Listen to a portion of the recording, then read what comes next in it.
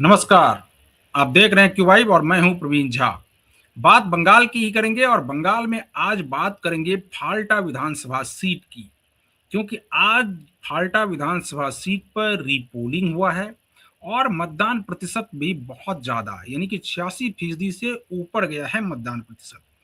तो इस सब पर तो बातचीत करेंगे ही, लेकिन आज वहां से एक बहुत बड़ी खबर ये आई है कि अब वहाँ का माहौल, यानी कि सिर्फ फाल्टा का ही नहीं बल्कि बंगाल का माहौल धीरे धीरे बदलने लगा है। बंगाल में अब मुसलमान भी जय श्री राम के नारे लगाने लगे हैं और ये फाल्टा विधानसभा सीट पर देखने को मिला। खासकर वहां जहां पर जहांगीर खान का घर है, घर से कुछ ही दूरी पर एक पोलिंग स्टेशन है। वहां पर कुछ मीडिया कर्मियों ने जब मुस्लिम मतदाताओं से बातचीत की तो उन्होंने कहा, साफ साफ शब्दों में उन्होंने कहा कि उन्होंने अपना वोट भारतीय जनता पार्टी को दिया है। और वो ना सिर्फ भारतीय जनता पार्टी को उन्होंने वोट दिया है, बल्कि उन्होंने यह भी कहा कि उनको जय श्री राम के नारे लगाने में भी कोई गुरेज नहीं है। इस पर जब मीडिया कर्मी ने कहा कि आप जय श्री राम के नारे लगाएंगे, तो बिना कोई हिचकिचाहट के, बिना कोई देरी किए हुए मुस्लिम मतदाताओं ने जय श्री राम के नारे लगाए ऑन रिकॉर्ड। और अब कहा जाने लगा है कि ये उसके बाद से ही खास करके पूरा जो घटनाक्रम है, खास करके राजनीतिक घटनाक्रम, उसमें अब तेजी से बदलाव नजर आने लगा है। टीएमसी के बड़े से बड़े नेताओं के चेहरे अब एक प्रकार से उड़ने लगे हैं। उनके चेहरे पर एक प्रकार से ये लग रहा है कि जो उनका कोर वोट बैंक था वो भी अब दरकता हुआ उनको दिखाई दे रहा है।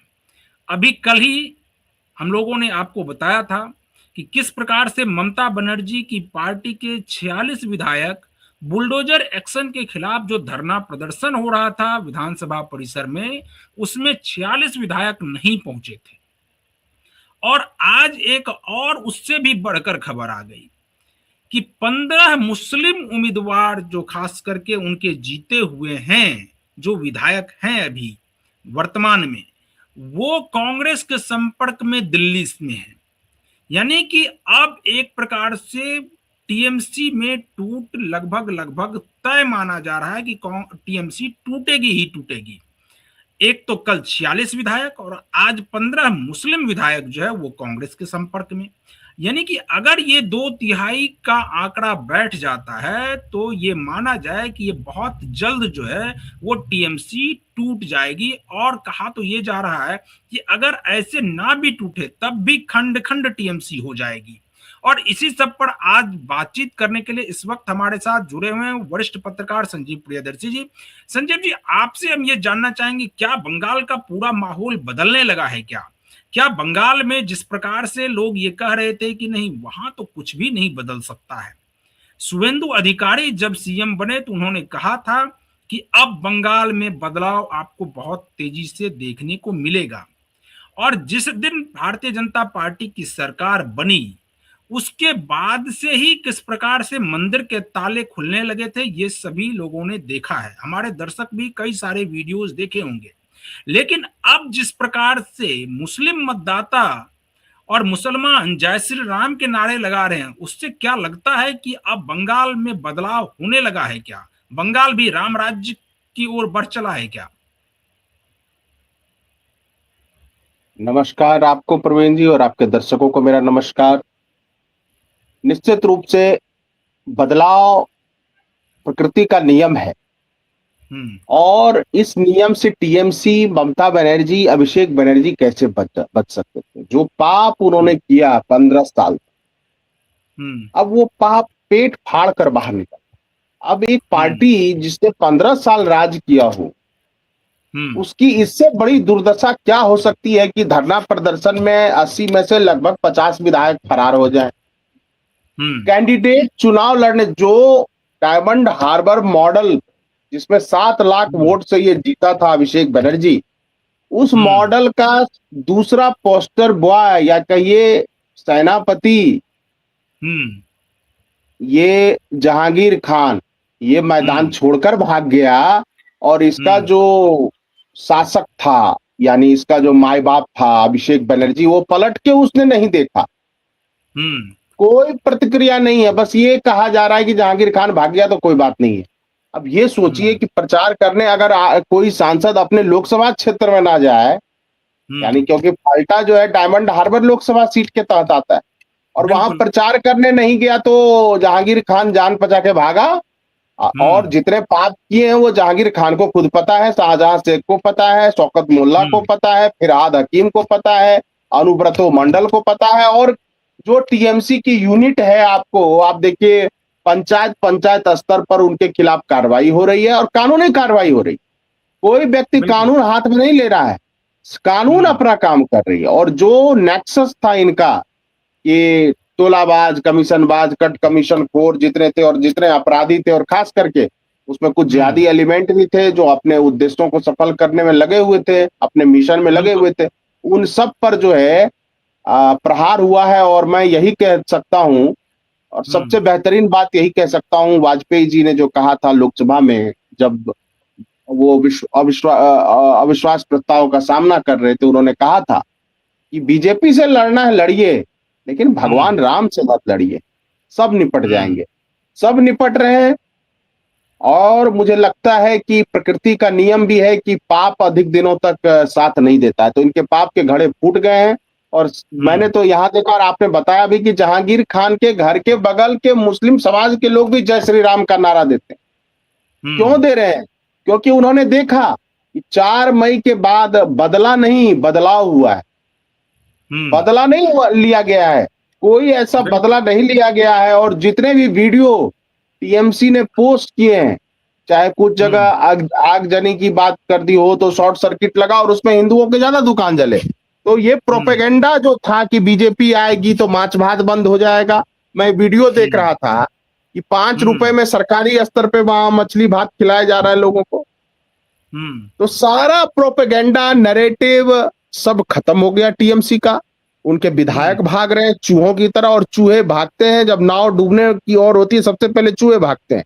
तो सब हम्म चूहे भाग रहे हैं, जहांगीर खान भी चूहा था, वो भी भाग रहा है।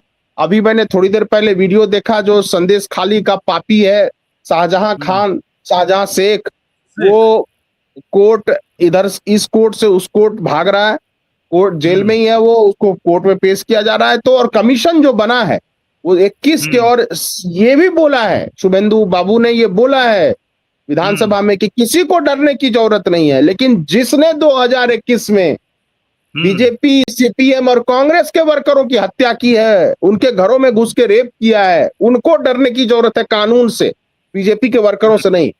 और पुलिस ने देखिए, जब पत्थरबाजी हुई इधर कोलकाता में, तो पुलिस ने जिस तरह से पत्थरबाजों को पकड़ा, सबक सिखाया, उससे स्पष्ट मैसेज है कि वो पुराना जो सिंडिकेट राज था, अपराधियों को राजनीतिक संरक्षण था, वो सब खत्म हो गया। और चूंकि नहीं, राजनीतिक संरक्षण संजीव खत्म, जी ये बताइए, संजीव जी ये बताइए, ये जो जय श्री राम के नारे लग रहे हैं, ये डर में लग रहा है या डर मुक्त होने के बाद लग रहा है?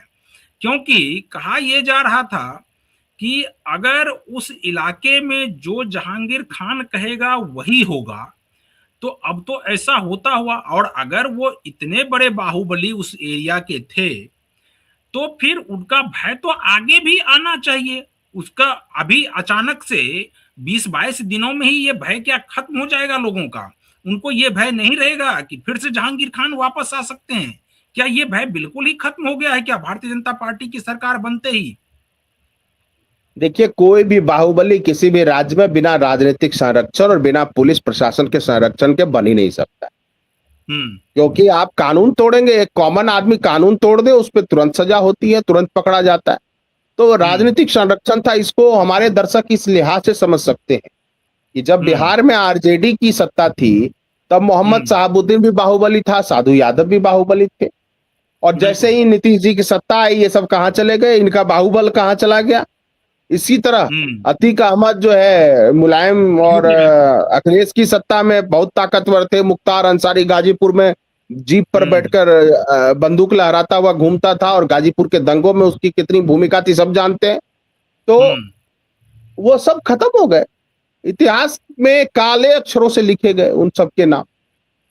तो इसी तरह राजनीतिक संरक्षण जैसे ही खत्म हुआ, अब ये सब प्यादे जो हैं, ये सब प्यादे पिटेंगे और मुझे लगता है कि अभिषेक बनर्जी, ममता बनर्जी अब अपनी जान बचाने के लिए कोर्ट में दौड़ लगाएंगे। हालांकि आज उनको कोर्ट से राहत मिली है केंद्रीय गृह मंत्री के खिलाफ अमर्यादित टिप्पणी के मामले को लेकर, लेकिन कितने बहुत सारे ऐसे मामले हैं, अवैध संपत्ति के मामले हैं, और अभी तो ये सब राज खुलेंगे, इनके प्यादे ही उगलेंगे सारे राज। और तब टीएमसी वैसे भी देखिए नहीं, कि एक बात ये बताइए कि ये जो भय दिखाया जा रहा था संजीव जी, ये जो भय दिखाया जा रहा था कि अगर भारतीय जनता पार्टी की सरकार बनती है और शुभेंदु अधिकारी मुख्यमंत्री बन जाते हैं तो उसके बाद मुसलमान बिल्कुल एकदम भयाक्रांत हो जाएंगे, उनको एकदम भय के माहौल में जीना पड़ेगा। ये सब जो डर दिखाया जा रहा था खास करके टीएमसी के बड़े नेताओं के द्वारा, वैसा अब कुछ दिख नहीं रहा। और इससे अब मुसलमानों को क्या ये लगने लगा है कि नहीं, ये सब बिल्कुल कोर कल्पना थी, ये सब बिल्कुल कुछ नहीं ऐसा होने वाला है और अब डरने की कोई जरूरत नहीं है। शुभेंदु अधिकारी कोई भी बदला की भावना से कोई काम नहीं करेंगे, वो बदलाव करेंगे और उसमें सभी का बदलाव होगा। तो क्या इससे अब मुसलमान मतदाता या मुसलमान जितने भी वहां पर जनता हैं उनको ये अब एक प्रकार से विश्वास भारतीय जनता पार्टी की सरकार में जगा है क्या? देखिए, विपक्षी दल हमेशा इसी तरह से डराता रहा है अल्पसंख्यक समाज को, और यही विपक्षी दल के नेता और यही लेफ्ट लिबरल गैंग कहता है कि अपराधियों की धर्म और जाति नहीं होती। तो अगर कोई अपराधी है, चाहे वो मुस्लिम है, चाहे हिंदू है, चाहे सिख है, चाहे ईसाई है, चाहे बौद्ध है, चाहे जैन है, तो क्या उस अपराधी पर कार्रवाई होगी तो विक्टिम कार्ड खेला जाएगा? शुभेंदु अधिकारी ने साफ कहा है कि किसी भी निर्दोष भारतीय नागरिक पर कार्रवाई नहीं होगी, लेकिन एक भी घुसपैठिया बख्शा नहीं जाएगा, एक भी रेपिस्ट बख्शा नहीं जाएगा, एक भी हत्यारा बख्शा नहीं जाएगा, एक भी सिंडिकेटबाज बख्शा नहीं जाएगा। और जहां तक बीजेपी से हिंद मुसलमानों को डराने की बात है, तो बीजेपी तो कई राज्यों में है, मुसलमान जस के तस है, कोई दिक्कत नहीं, जो अपना अच्छा काम कर रहे हैं, प्रगति कर रहे हैं। और मुझे लगता है मोर और लेस याद दिला दें कि 2017 में जब यूपी में अखिलेश यादव को हराकर योगी आदित्यनाथ की मतलब मुख्यमंत्री बन रहे थे, भारतीय जनता पार्टी वहां पर जीती, तो 2017 के चुनाव में भी लगभग इसी प्रकार का माहौल बनाया जा रहा था। आपको याद होगा वो घटनाक्रम कि किस प्रकार से गाजीपुर में एक जगह ये कहा गया कि वहां एक ही मुस्लिम मतदाता का घर है और अगर वो वहां से कोई हिंदू जीत जाता है या भारतीय जनता पार्टी की सरकार आ जाती है तो उनका घर जला दिया जाएगा, उनको वहां से भगा दिया जाएगा। लेकिन जब सरकार बनी वो अभी भी वहां रह रहे हैं और बढ़िया से रह रहे हैं, कुछ भी उनके साथ नहीं हुआ। क्या यही भय हर जगह दिखाया जाता है क्या? पहली बात तो यह है कि सनातन समाज में किस सेकंड क्लास सिटीजन का कोई अप्रोच नहीं। सनातन समाज हजारों साल से किसी भी दूसरे समाज को आत्मसात करता आया है। पारसी तो बहुत कम है, लेकिन बड़े बड़े उद्योगपति हैं। क्या किसी पारसी ने आज तक शिकायत की कि हिंदुओं ने उनको कुछ नुकसान पहुंचाया हो? लेकिन ये बात केवल मुस्लिमों के साथ ही क्यों होती है? मुझे लगता है कि मुस्लिम भी बेचारे इस विक्टिम कार्ड के शिकार हो गए हैं, वो खुद वोट बैंक बन के रह गए हैं और विपक्षी दल के नेता उनकी पढ़ाई लिखाई, शिक्षा, नौकरी, रोजगार पे बात नहीं करते, केवल डर दिखाते हैं। अरे 2014 से मोदी जी की सरकार है, क्या हो गया? क्या मुसलमानों को किसी भी योजना में कोई उनके साथ भेदभाव हुआ? क्या अनाज उनको नहीं मिलता मुफ्त का? क्या उनको घर नहीं मिल रहा है? क्या उनको तमाम तरह की जो वृद्धावस्था पेंशन है या उज्ज्वला योजना में गैस, उज्ज्वला योजना, हर तरह का लाभ मिला है मुस्लिम समाज को। और कई बार मुस्लिम समाज के लोगों ने बोला है कि उन्हें हर योजना का लाभ मिला, लेकिन फिर भी वो बीजेपी को वोट नहीं देंगे, तो भी उनके खिलाफ कोई कार्रवाई नहीं। क्यों कार्रवाई होना? भारतीय संविधान में सबको छूट है अपने हिसाब से कहे, लेकिन हिंसा का रास्ता, पत्थरबाजी, ईंटा मारना, सड़क जाम करना, सड़क पर धार्मिक गतिविधियां करके लोगों को परेशान करना, ये नहीं चलेगा। और आप देखिए जो वहां ये तो संजीव जी अभी देखिए कि जिस प्रकार से अभी योगी आदित्यनाथ का एक बयान जो तेजी से वायरल हो रहा है, उसके खिलाफ कुछ खास करके मीडिया में इस प्रकार से खबरें प्लांट की गई कि देखिए किस प्रकार से योगी आदित्यनाथ जो है वो किसी खास समुदाय को टारगेट कर रहे हैं। वो नमाज वाला जो उनका बयान था उसको लेकर कि किस प्रकार से उनको टारगेट किया जा रहा है, लेकिन उसके बाद ये पूरा मामला फुस हो गया। इसी प्रकार से शुभेंदु अधिकारी ने भी कहा है कि बंगाल में भी इस प्रकार से कोई नमाज जो है वो सड़कों पर नहीं होगी। जिनको पढ़ना है, जिनका जहां पर जगह है वहां पर जाकर पढ़ें। तो क्या आपको लगता है कि अब जो है इस सब से मुस्लिम मतदाता भी या मुसलमान जो जनता है उनके, वो भी अब ये सोचेंगे कि नहीं ये सब अब हटा दो, अब इस सब से काम चलने वाला नहीं है, ये कुछ खास जो पॉलिटिकल पार्टी है वो उनको गुमराह कर रही है, क्या इस चीज को सोचने पर मजबूर होगी क्या, या अभी भी वो उसी कुंठा में जीते रहेंगे कि भारतीय जनता पार्टी को वोट नहीं डालना है और ये जैसा कह रहे हैं वैसा ही करना है?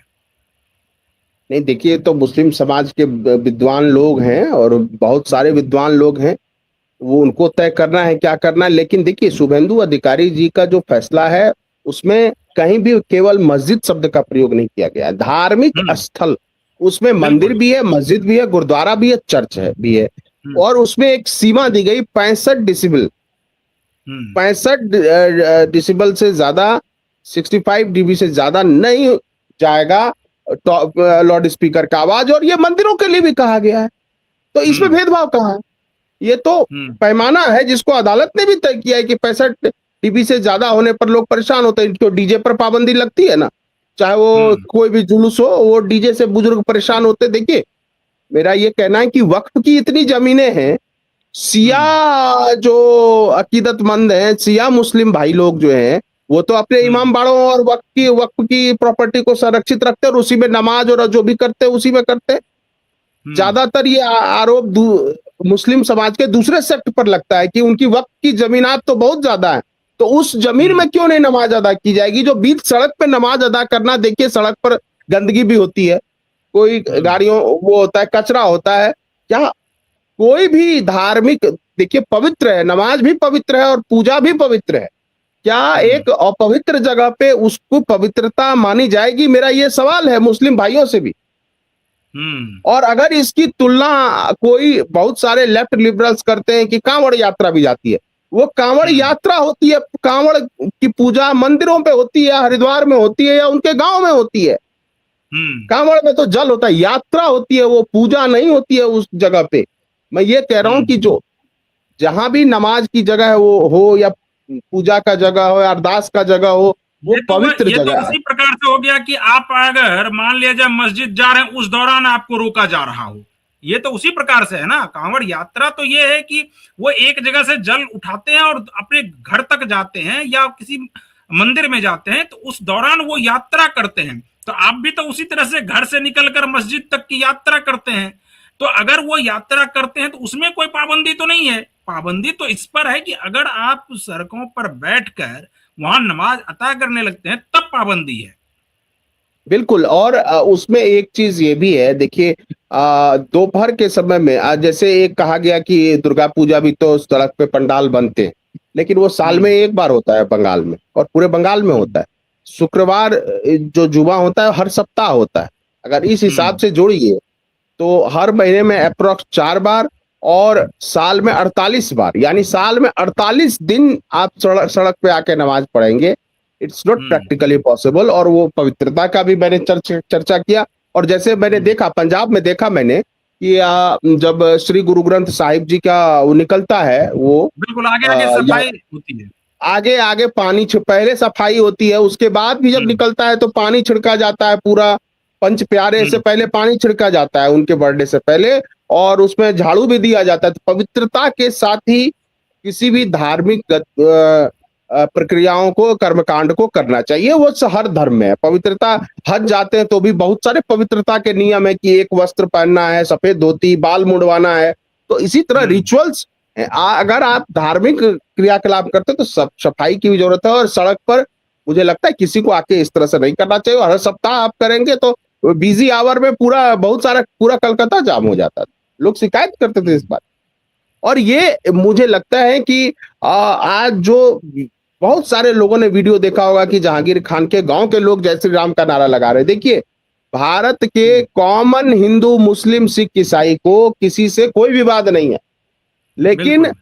मैं कह रहा हूं सत्ताधारी दल, राजनेता कुछ सत्ता पाने के लिए और कुछ जो सत्ता से दूर हो गए हैं, उस सत्ता को फिर से हासिल करने के लिए वोट बैंक की पॉलिटिक्स करते हैं।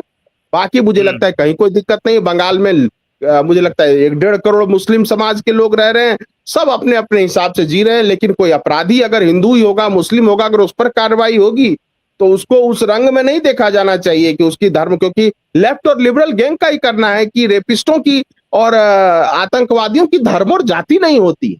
तो जब कोई बदमाश पकड़ा जाएगा तो आपको उसकी धर्म और जाति तब क्यों देखते हैं? तो ये तो दोहरा रवैया, दोहरा मापदंड हो गया।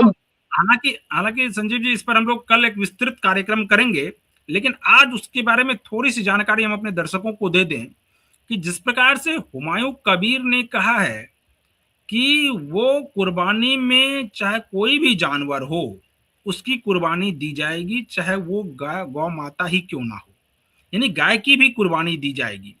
और वहीं दूसरी तरफ जो बाबरी मस्जिद की तरफ से जो मतलब चुनाव वो लड़ रहे थे, खास करके उस केस को, उस केस के इकबाल अंसारी जो हैं वो कह रहे हैं, पक्षकार, कि वो कह रहे हैं नहीं, गौ माता की हत्या नहीं होनी चाहिए। और वो तो यहां तक कह रहे थे कि वो योगी आदित्यनाथ जी से कहेंगे कि गौ माता को राष्ट्रीय पशु का दर्जा दिलवाइए और उनकी सभी लोग पूजा करें।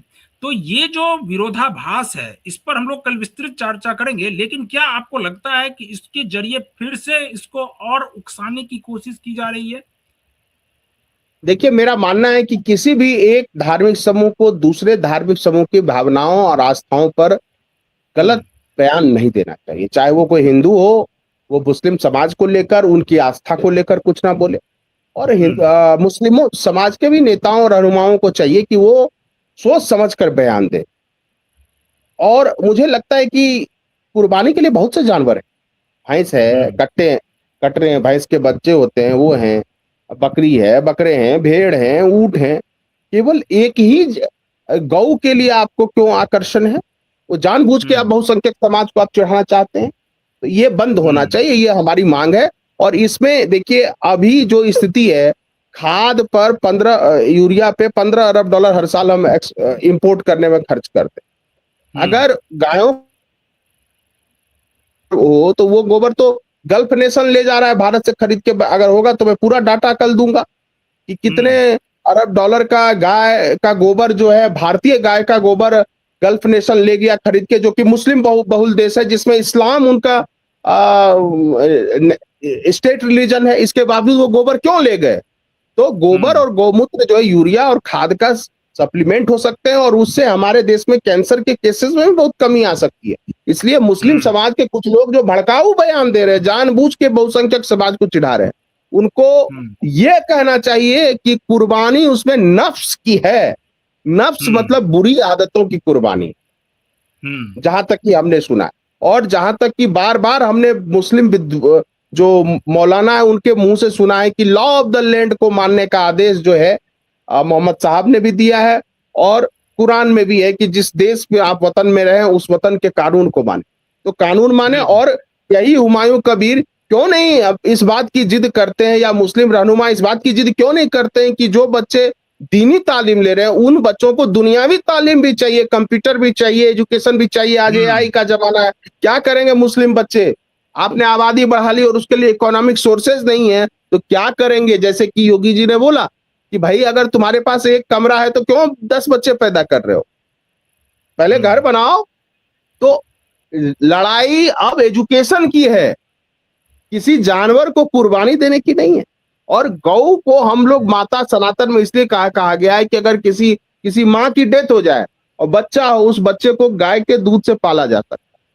उस गाय के दूध से आप पौष्टिक पदार्थ बनाते हैं, और गोबर जो है खाद का काम करता है, जिससे कैंसर विहीन भोजन हमें प्राप्त होता है।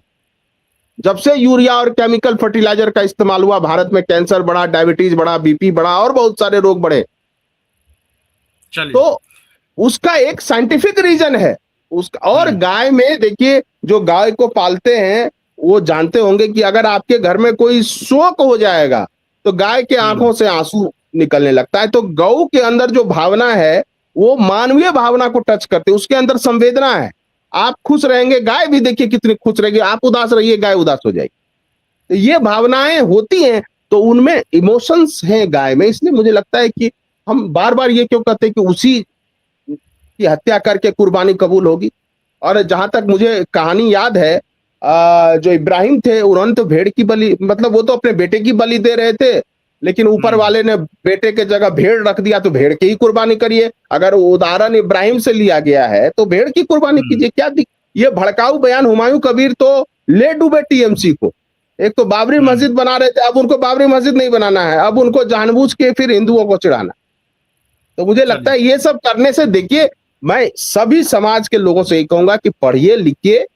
AI, artificial intelligence, semiconductor chip के जमाने में मैं दोनों से हिंदुओं को भी कहता हूं कि ठीक है, धर्म आपका व्यक्तिगत मामला है, लेकिन ज्ञान विज्ञान से जुड़ के ही आप इस वैश्विक विकास में आप साझेदार हो सकते हैं। और ये बात मुस्लिमों को भी ज्यादा सीखना चाहिए, ज्यादा सीखना चाहिए, क्योंकि अभी भी उनमें शिक्षा का स्तर हिंदुओं से कम। चलिए संजय जी, तो आज हम लोग इस डिबेट को यहीं पर खत्म करते हैं। तो बाकी तमाम खबरों के लिए आप बने रहिए क्यू वाइब के साथ। मुझे दीजिए अनुमति, नमस्कार।